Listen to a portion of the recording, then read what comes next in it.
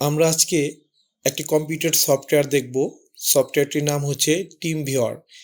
এই team viewer software দিয়ে পৃথিবীর এক প্রান্ত হতে অন্য প্রান্তে ইন্টারনেটের মাধ্যমে কম্পিউটার দিয়ে আমরা কানেক্ট হতে পারবো। তো চলুন টিম ভিউয়ার সফটওয়্যারটা আমরা ওপেন করি, কিভাবে কাজ করে সেটা দেখব। যে দেখতে পাচ্ছেন টিম ভিউয়ার সফটওয়্যার, এটা ডাবল ক্লিক করে আমি ওপেন করব। সফটওয়্যারটি আমার এখানে ইনস্টল করা রয়েছে, আমি সরাসরি ইনস্টল করার পর দেখাচ্ছি।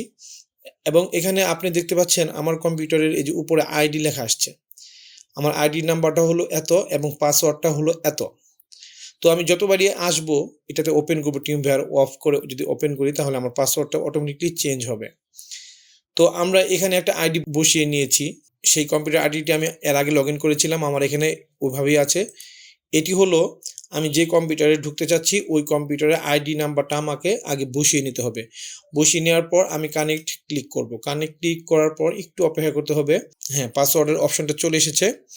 তো ওই কম্পিউটারে একটা আইডি, এইভাবে একটা আইডি নাম্বার থাকবে এবং একটা পাসওয়ার্ড থাকবে। তো আমি আইডি নাম্বারটা বসিয়ে নিয়েছি ওই কম্পিউটারের, যে কম্পিউটারের সাথে আমি কানেক্ট হব, এবং ওখানে একটা পাসওয়ার্ড রয়েছে। তো আমি ওই পাসওয়ার্ডটা এখন বসিয়ে দেব।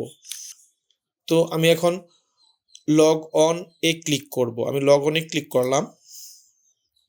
দেখতে পাচ্ছেন আমরা ওই কম্পিউটারের সাথে কানেক্ট হয়ে গেছি সাথে সাথে।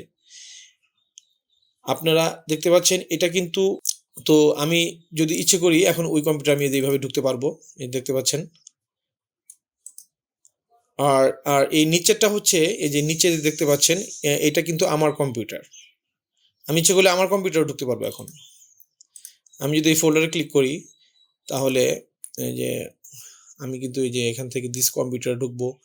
ঢুকে এই যে দেখতে পাচ্ছেন এটা কিন্তু আমার ড্রাইভ, এই দুটো আমার কম্পিউটার ড্রাইভ। আবার আমি যদি টিম ভিউয়ারে গিয়ে ওই কম্পিউটারে ঢুকি তাহলে এই যে মাই কম্পিউটার যেটা, এটাতে যদি ঢুকি এখানে এটা হলো ওই কম্পিউটার ড্রাইভ, ড্রাইভ সি এবং ড্রাইভ ই।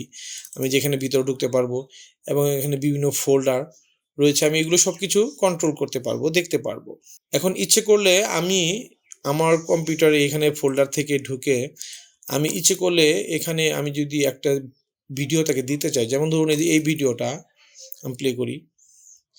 হ্যাঁ, এই যে একটা ভিডিও প্লে হয়েছে, এই ভিডিওটা ইচ্ছে করলে আমি এখান থেকে কপি করে আমি ওই কম্পিউটারে দিয়ে দিতে পারবো। এখান থেকে কপি করে আমি টিম ভিউয়ারে গিয়ে আমি এই যে ওর ফোল্ডারে গিয়ে আমি ইচ্ছে করলে এই যে এখানে একটা নিউ ফোল্ডার তৈরি করি, করার পরে ফোল্ডারে ঢুকে এখানে আমি যদি পেস্ট করি তাহলে এই দেখুন ওই কম্পিউটারে আমি দিয়ে দিতে পারবো।